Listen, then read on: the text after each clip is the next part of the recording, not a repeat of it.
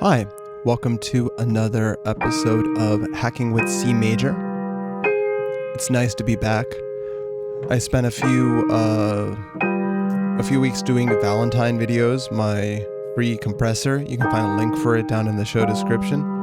And then I did some traveling, and it's been too long since I've been messing around with the Cmajor language, learning it, and learning how to do a bit of audio effects prototyping with it. So here's the band limited impulse train.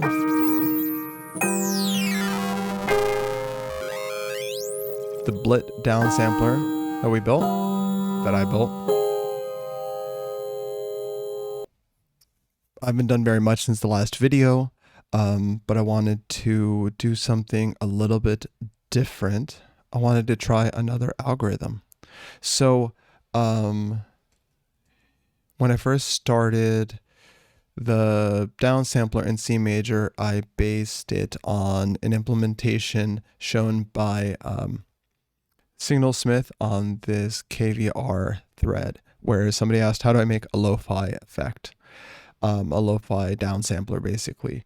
And they had a really helpful answer. There's also this really interesting response from Solo on July 7th, 2022. They say, if the intention was aliasing or lo-fi filtering, then I'd like to add Hugo der Wolf answer that you can approximate arbitrary or even fractional sample rate by having a phase accumulator that checks on the required sample rate. And they show this pseudocode, tick, input, right? So we have a phase. We have an increment amount, and that's going to be down sample rate divided by host sample rate, right? We're going to have a phase that is being updated by this increment, right? If that phase is greater than or equal to 1, we are going to sampled input equals input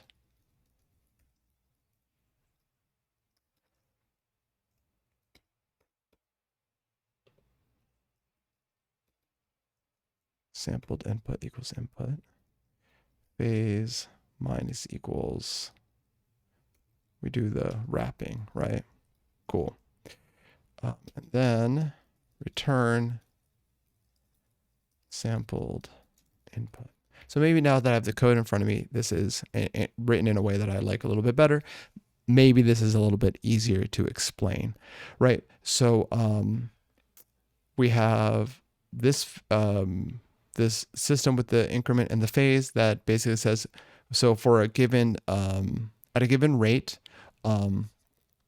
we are going to every time this is called, right, whenever this ticks, which is going to be at the host sample rate, we're going to return the sampled input, right? But what this value is depends on the action of this phase accumulator. So this updates at the rate of our downsampling rate.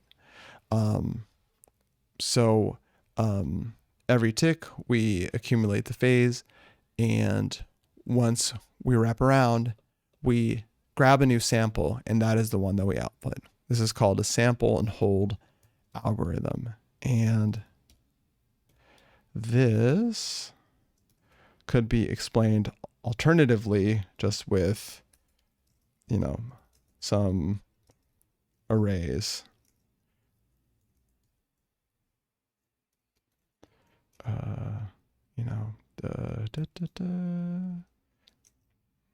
This is a weird signal, right? So we have 6 values here, right? Now let's assume that we are host sample rate equals 48.2 kilohertz.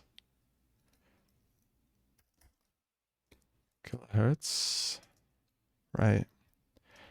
Down sample rate equals 44.1 kilohertz, right? So this gives an increment of 0.5. The increment, of course, is the actual relationship, right? It's the ratio between the downsample rate. It's the downsample rate to the host sample rate. Every other sample is going to be captured. So this would be the output of this. Right. So, well, would it be? I mean, this would be assuming if we started the phase at 1, right? But in essence, this is what it is, right?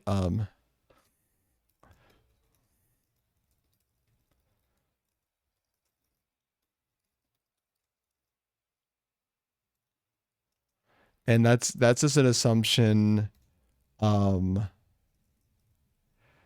that I'm making to make this example look nicer, not have to think about like an offset of, oh, actually it would be, you know, because we probably actually start the phase at 0, but whatever. The point is that it ends up repeating the sample until the phase increments, and then it starts repeating another sample. The previous band limited impulse train implementation essentially does this. When instead of repeating a sample when it's in between the new sampling ticks, the downsampled ticks, the new snapshots or whatever, it simply is a 0, but it's 0-ish. So this is pretty simple, and I think it would be nice to see how it sounds. So let's do that. Sample and hold 2. Very cool. Okay. And thankfully, we actually have most of what we need here already, because we're essentially doing an oscillator type thing. 44-100, 500, why not? And let's put our pseudocode here as a reference. Right, so we don't need that. We need float sampled input. We need float increment. And is that it? I think so. We could write this nicer in the future, but today I'd like to just get the effect going. And let's get rid of this because we don't need to see this right now. Okay. Let's see what else we need to do here.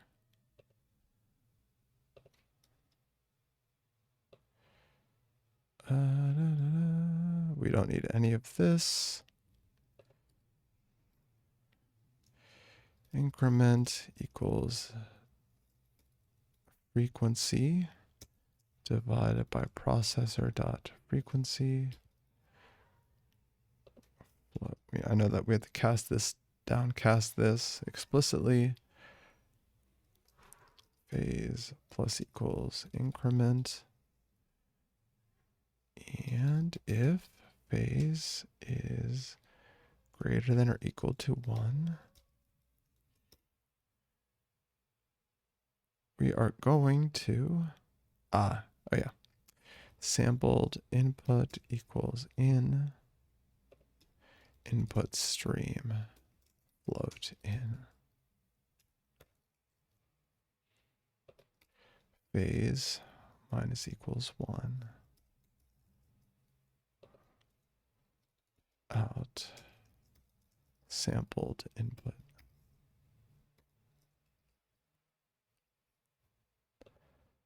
And I think this should do it.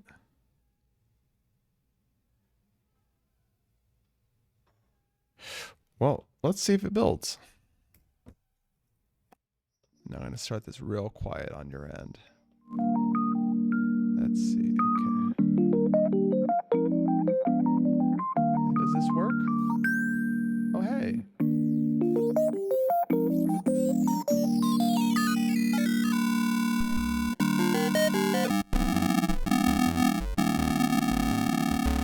Oh, wow.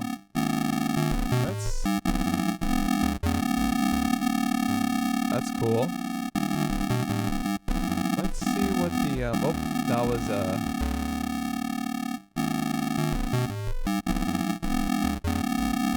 I kind of want to see,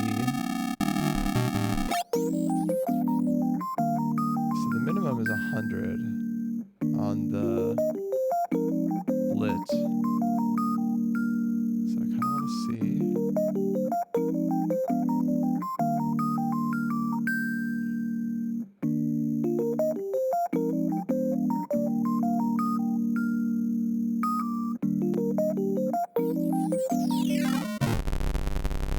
Oh my.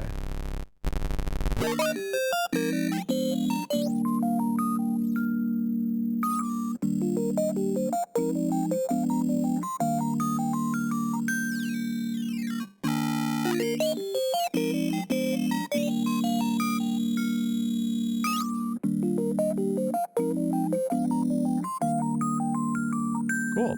Well, it works and it is super simple. I mean, one thing that we could really quickly do is later, I think what I'd like to do is integrate this into the downsampler. So it's not just offering the band limited impulse train, but has this one to just explore the differences in sound between these two. But one thing that we can do here is, I think really easily, what we could do is rewrite this so this does not do a sample and hold. So it just outputs a 0 instead. So let's do that. So that would be, you know, if the phase is wrapped,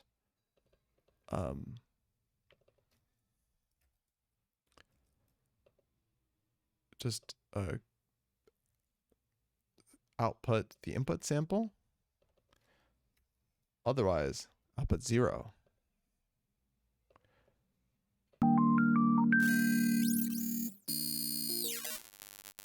Oh yeah, that's a big difference.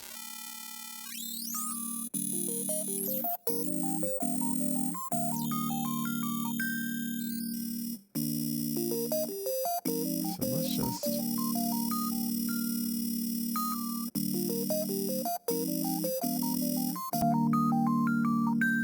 Interesting.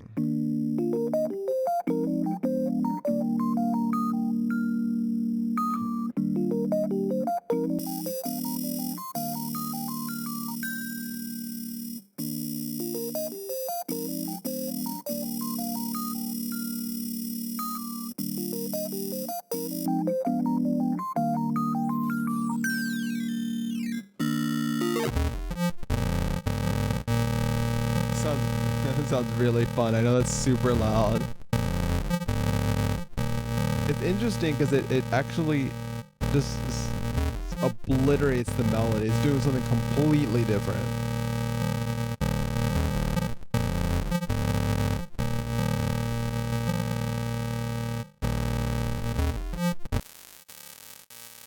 And then if you just decimate it. So I might actually leave this. Oh.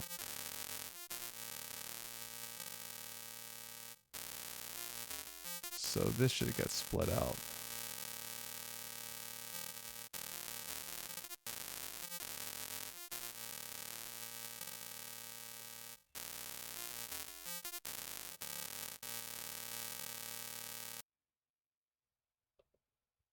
Uh-oh. Party's over. Oh.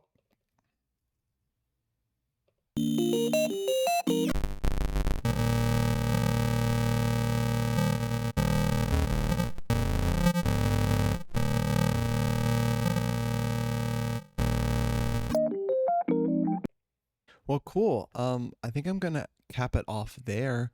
Super short one, just to get back into the swing of things. I think that next time I will probably look into doing a little bit of refactoring, implementing this similarly to the way that we've implemented uh, the band limited impulse train um, flavor of downsampling, with an eye towards being able to easily interchange between these three different algorithms, in order to, either design a plugin that lets the user choose what they want to do, or just simply have different tools in the algorithm toolkit to play with.